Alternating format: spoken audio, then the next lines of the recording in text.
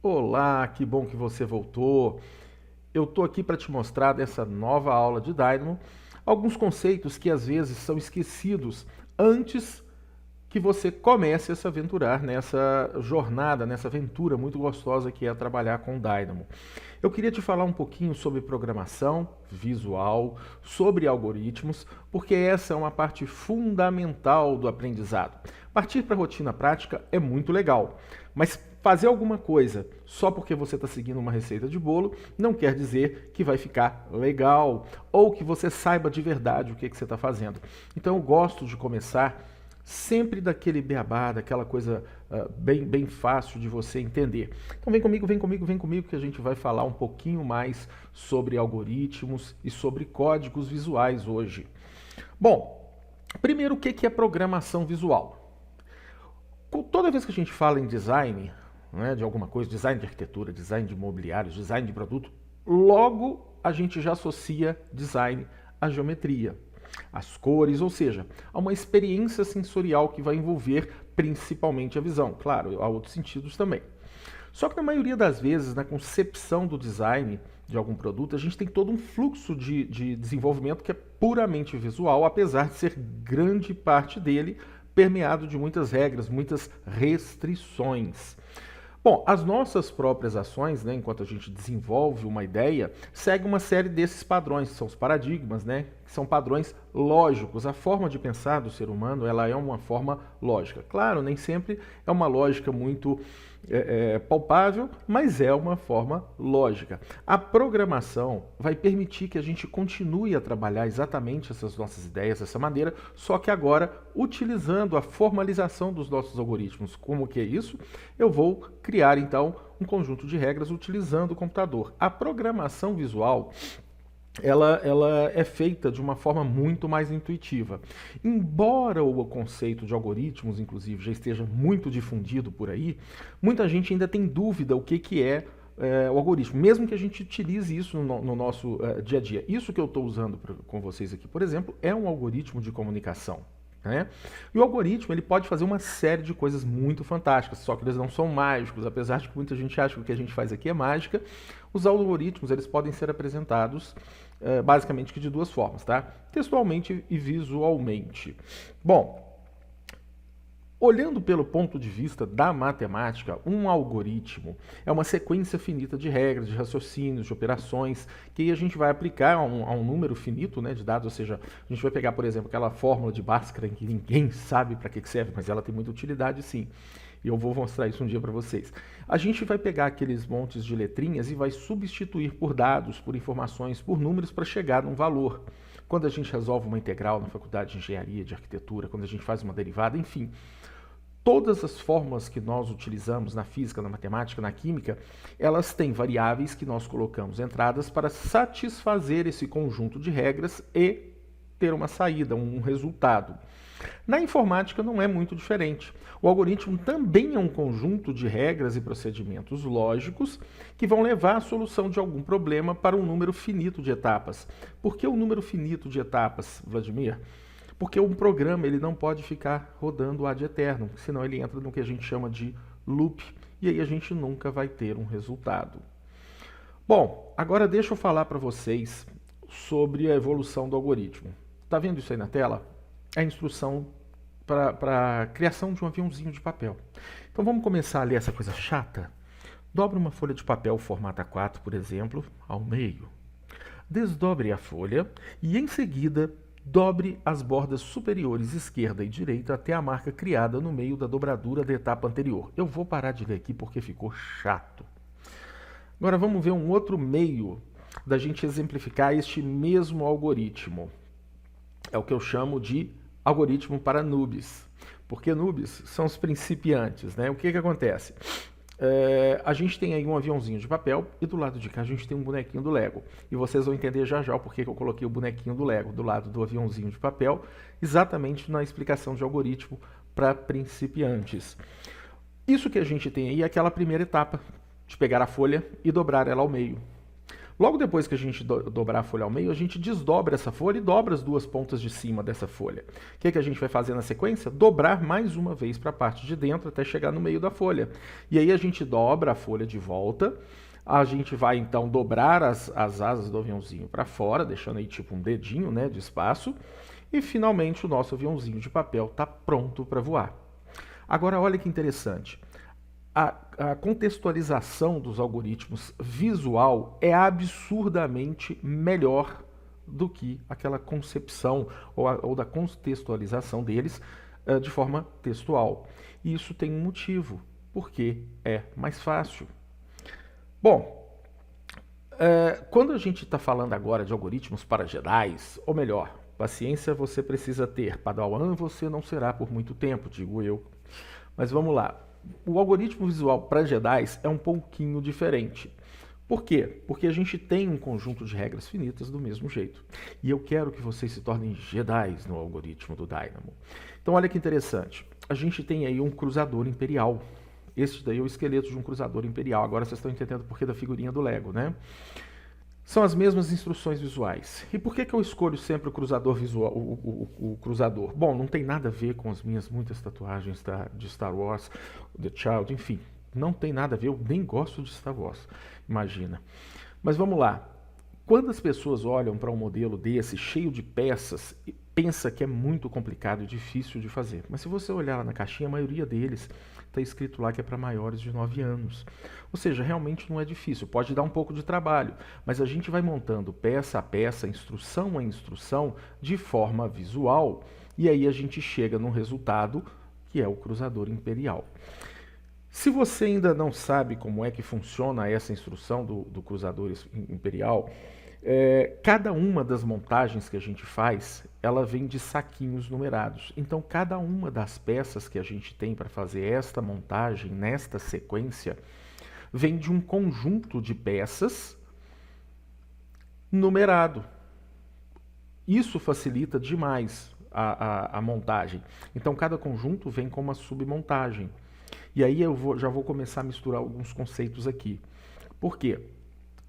Nós temos parâmetros, nós temos regras, nós temos códigos, nós temos sequências e tudo isso visual.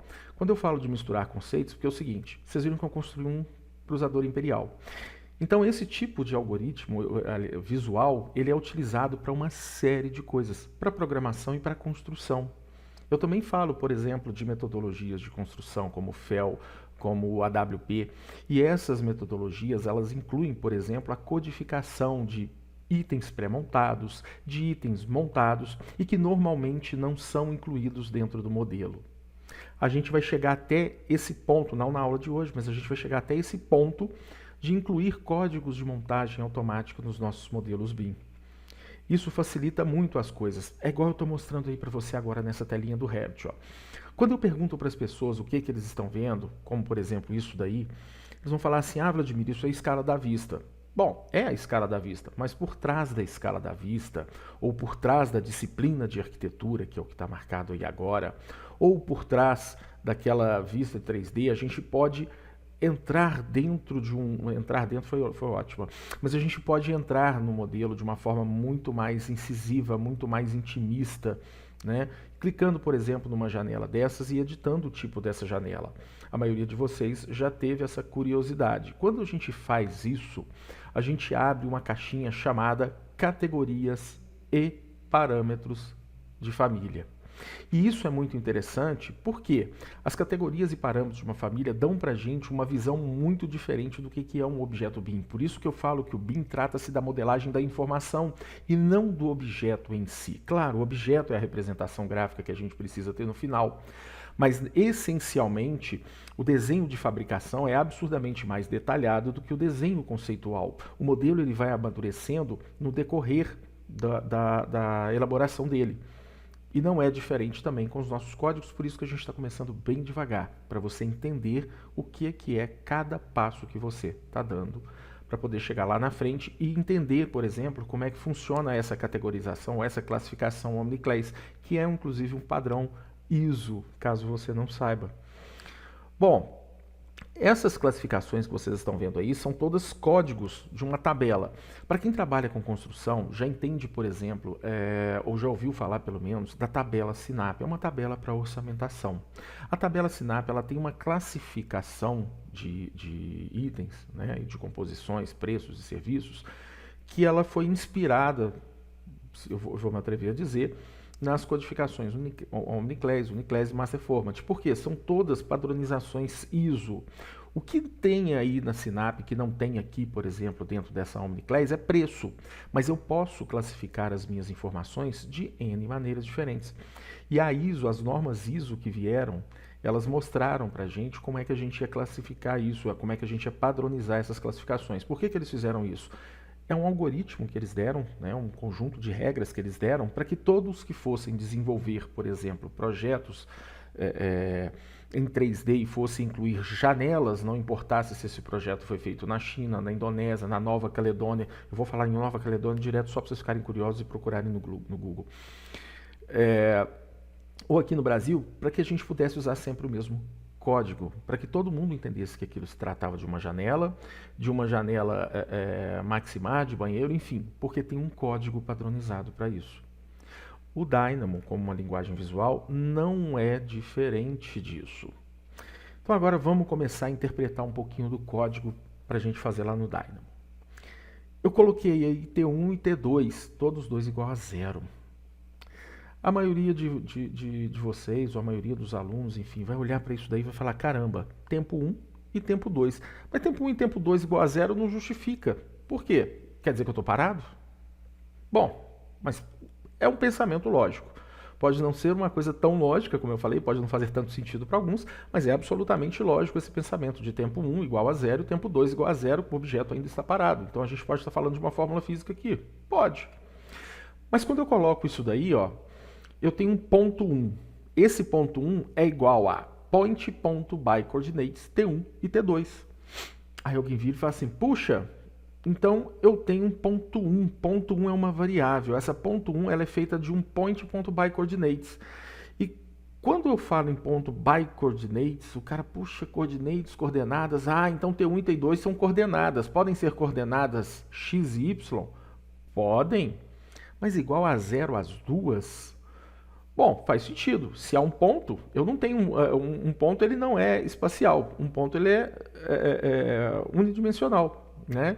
Ele não tem tamanho, ele não tem forma. Então faz sentido T1 e T2 serem iguais a zero para a criação de um ponto, não faz? Então vamos prosseguir, vamos complicar mais um pouquinho. Eu inseri aí agora outras duas variáveis. Vladimir complicou geral agora. Por quê? Eu até podia imaginar que T3, por exemplo, era Z. Z igual a 5.6. Pode. E o que seria T4? O Tesseract? Mais uma coisa que eu vou deixar para vocês pensarem aí. Tesseract.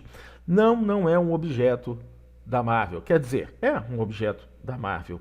Mas se você buscar por Tesseract no Google, você vai ver que é uma formulação matemática que a gente faz o desdobramento das 3 dimensões em N outras dimensões. Vladimir, então você está me falando que a gente está entrando para uma jornada de interestelar? Não, nada disso. Eu estou te falando que a gente tem aí 4 variáveis, 2 zeradas e 2 não zeradas. E no meio delas eu tenho um ponto. Então, talvez seja lógico, olha só, vamos seguir a lógica. Talvez seja lógico que estas outras 2 variáveis aí sejam coordenadas de um segundo ponto. Sim. Por que eu deduzi isso? Porque o primeiro estava escrito ponto 1. Se tivesse só escrito point, ok, eu ia pensar aí em alguma outra coisa. Mas como estava escrito point 1, eu deduzi que provavelmente faria parte aí da nossa equação um point 2, também com point by coordinates como sendo a sua definição em T3 e T4. Então agora já faz sentido, olha só que legal.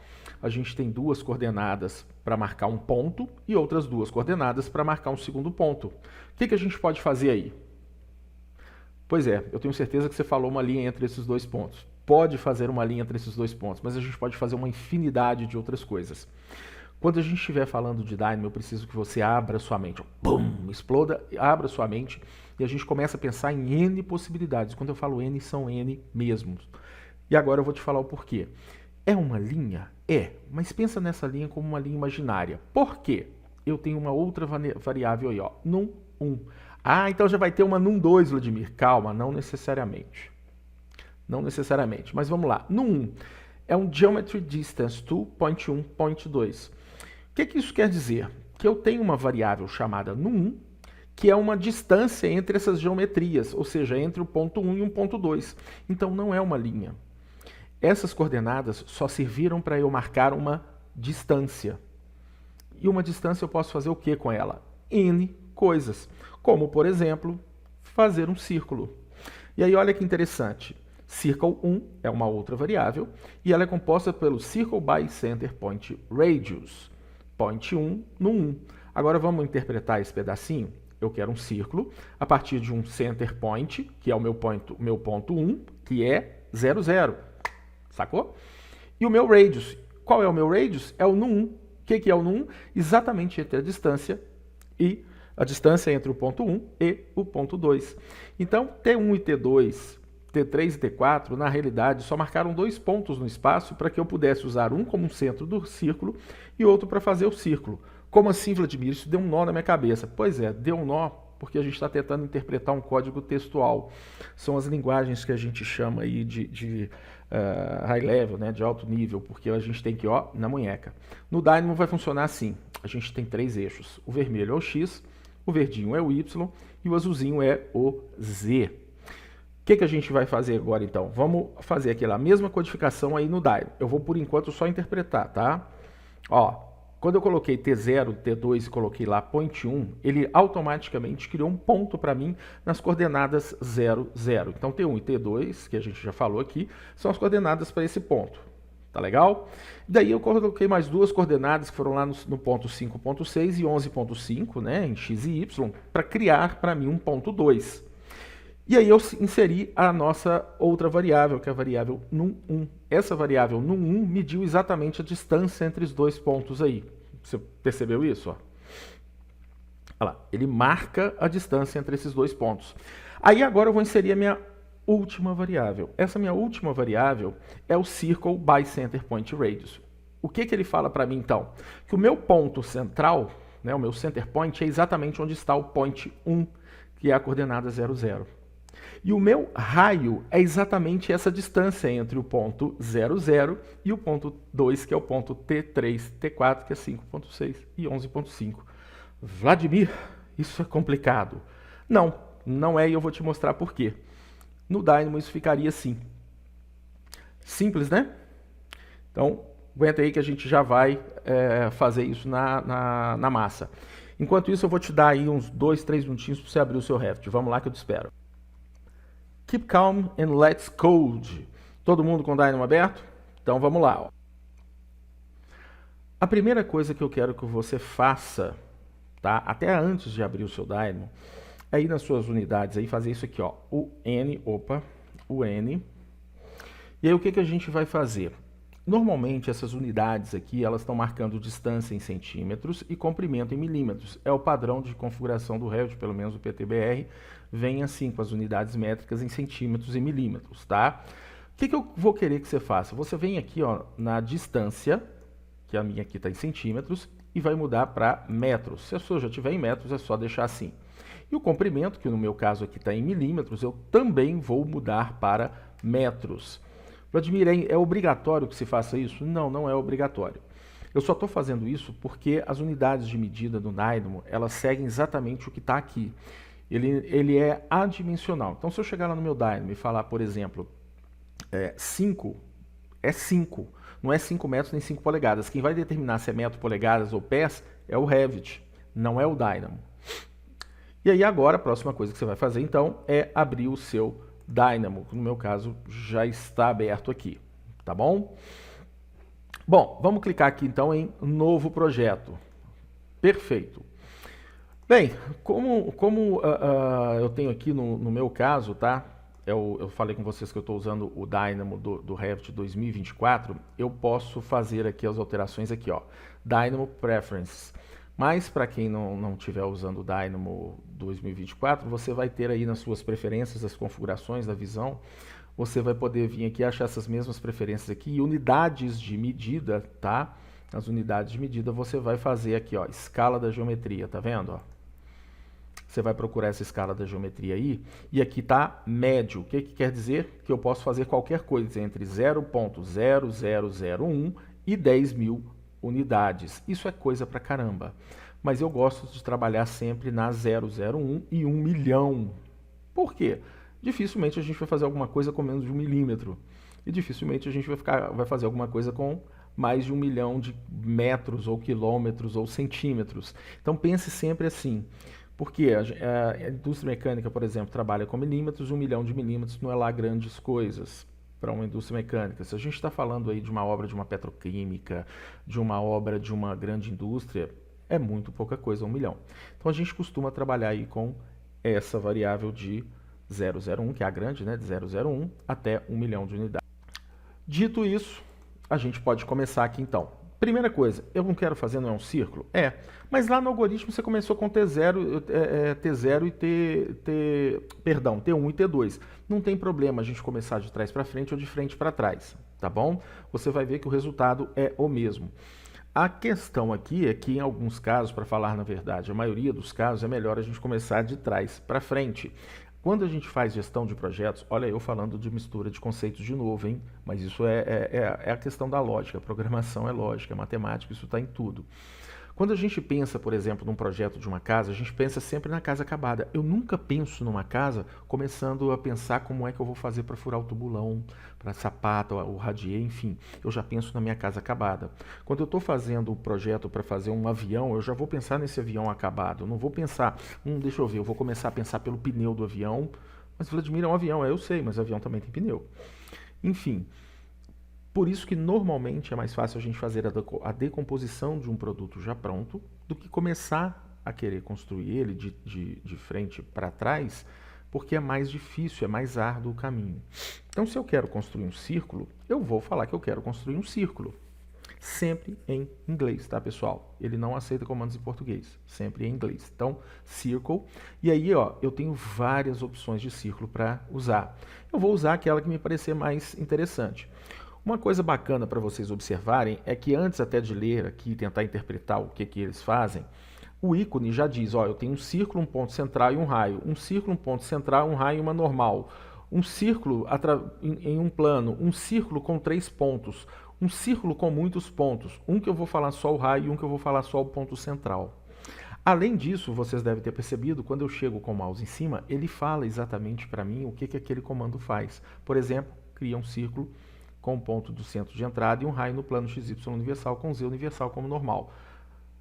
Aí a gente vai falar daquelas provas de matemática que a gente fazia na faculdade, que eram o ó do borogodó. A maior parte é interpretação de texto. Esquece os distratores. Foque no que é essencial. Para fazer um círculo, eu preciso de um ponto para determinar o centro do meu círculo, de um raio. Acabou. Então vamos fazer isso? Pronto, cliquei. Automaticamente, ele já criou um círculo aqui. Como assim, Vladimir? Eu não preciso de mais nada. Então, bom, calma lá, precisa. O que aconteceu aqui? Acontece que a maioria dos nós, para não falar todos, eles têm sempre um valor de entrada padrão. No nosso caso aqui, o ponto de entrada center point, está vendo aí ó, na terceira linha, Autodesk, Design Script, Geometry Point, esquece esse restante para trás, vão aqui, ó, point.by coordinates, abre parênteses 0,0,0. Ou seja, o meu ponto central está neste momento nas coordenadas 0 em x, 0 em y e 0 em z. E o meu raio padrão, o valor é 1. Preste atenção agora numa dica valiosa que eu vou te dar. Está vendo que está escrito aí double? Double ou double, se você preferir falar assim, eu falo double porque no inglês, né? O valor padrão é 1, por isso que ele já criou aí. Agora olha que legal, se a gente for lá no Revit, ó, já tem aqui um círculo, tá vendo? Por isso que eu pedi para você colocar em metros, porque assim você visualiza o seu círculo aqui facilmente. Pois bem, eu vou agora precisar de um center point. Se eu digitar center point, vai? Center, vai, mas fica complicado. E se eu digitar point? Porque point é o que eu quero, né? Ponto central. Opa, veio aí, olha lá o point by coordinates. Eu tenho de novo uma série de formas de fazer os meus pontos. Mas eu sempre costumo falar que menos é mais. E o que está normalmente mais à nossa cara, mais à nossa vista, é mais fácil. Então pronto, está aqui. Ele automaticamente criou um pontinho no mesmo lugar. Por quê? As coordenadas x e y padrão, olha lá, os valores são 0, 0 e 0. Interessante, né? Pois é. Então agora o que eu vou fazer? Ligar banana com banana, maçã com maçã, porque senão as coisas não conversam. Ponto pode entrar em raio? Não, raio ele espera um número. Ponto pode entrar em um ponto central? Pode. Vladimir, mas não mudou nada. Não, não mudou. Vai mudar agora. Bom, o que ele espera aqui? Números. Então eu vou mostrar para você agora dois números, tá? O number e o number slider. São a mesma coisa, tá bom? A diferença é que um deles, o slider, para você que já passou de uma certa idade, né? Vocês já devem ter visto aqueles telefones que a gente fala de slider. Lembra do Matrix? Eles tinham um telefone do tipo slide, que ele simplesmente jogava para baixo e abria. Daqui a pouco vocês vão ver. Eu nunca falo uma coisa sem ter uma referência. Lembre-se do Matrix, daqui a pouco vocês vão entender o porquê. Bom, o que eu posso fazer então? Ligar isso aqui em X. Não mudou nada, porque está em zero. Agora olha que legal. Lembra aqueles números que eu falei? Eles influenciam nisso aqui, ó. Quando eu clico nessa setinha, aqui tem o valor máximo que eu posso dar para o meu número, né? Vamos colocar 10 ao invés de 100 e vamos colocar aqui de 1 em 1, a variação de 1 em 1. O que quer dizer então? Ó, olha aqui, ó, 0, 1, 2, 3. Eu deixei 0, mas eu já vou mostrar para vocês. Então eu posso variar até 10 aqui na minha barra, tá vendo? Se eu colocar, estava no 1, né? Vamos deixar no 1. Se eu colocar agora o 1 aqui em Y, olha que interessante. Tá vendo que ele mudou lá? Vamos ver? Olha aqui, ó. Ele mudou em Y de 0 para 1. Vamos ver isso? De novo, ó. Então, olha lá. Agora, vamos ver isso aqui no Revit. Olha que interessante. O que eu faço no Dynamo acontece no Revit. Então, as coisas elas acontecem em tempo real. O que acontece na Matrix também é apresentado na minha realidade, tá certo? Bom, ele me falou agora que eu preciso de um raio. Um raio é um número, né? Então vamos dar um Ctrl C, Ctrl V. Vamos dar nesse number slider aqui mesmo. Então aqui, ó, eu vou ligar lá banana com banana, maçã com maçã e prestem atenção no que vai acontecer. Ficou laranjinha ou amarelo, como preferir. Tá vendo que apareceu aqui um aviso? É diferente de erro, tá, pessoal? Erro, ele vai ficar vermelho. Erro, normalmente, a gente errou uma sintaxe, a gente errou algum comando mesmo. Aqui ele só está me falando um aviso. Fala assim, olha, eu estou precisando aqui, ó, falha na operação. By Center Point Radius. O raio do círculo deve ser diferente de 0. Então, tem mais essa vantagem. Ele fala para a gente que o raio ele tem que ser maior do que 0. Então, o meu número mínimo aqui não pode ser 0. Tem que ser 1. Viu como é que as coisas são lógicas? E aí, agora, ó, eu posso variar também o meu raio. Tá vendo? Então, olha que interessante. A gente criou um círculo, tá? Com center, um 2, e eu tenho agora como variar o meu raio. Olha só, bacana, né? Bom, é bem simples, mas é a nossa primeira aventura no Dynamo. Agora, para vocês que são Dynamo para iniciantes, né? Para quem ainda está preso na matriz, vocês acabaram de fazer o que o Neil fez, tomaram a pílulazinha vermelha do Dynamo. Liberte-se, enxergue além do 3D. Vem comigo para a jornada do Dynamo, que você vai longe. Você vai fazer coisas magníficas com o seu Revit, com o seu Advanced Steel, com o seu Robot, como eu já tinha te falado. E se você quiser ver mais coisas, se você quiser ter acesso a conteúdos profissionais, a conteúdos mais extensos, é só acessar aí o site da Axiom. Você está vendo aí embaixo na barra. E lá você vai encontrar vários treinamentos também. A gente se vê na próxima aula. Não se esqueça, eu também estou sempre acessível pelos meus números do WhatsApp, para quem quiser falar comigo, pelo perfil do LinkedIn, os e-mails, nosso Instagram e também do YouTube. Te vejo lá.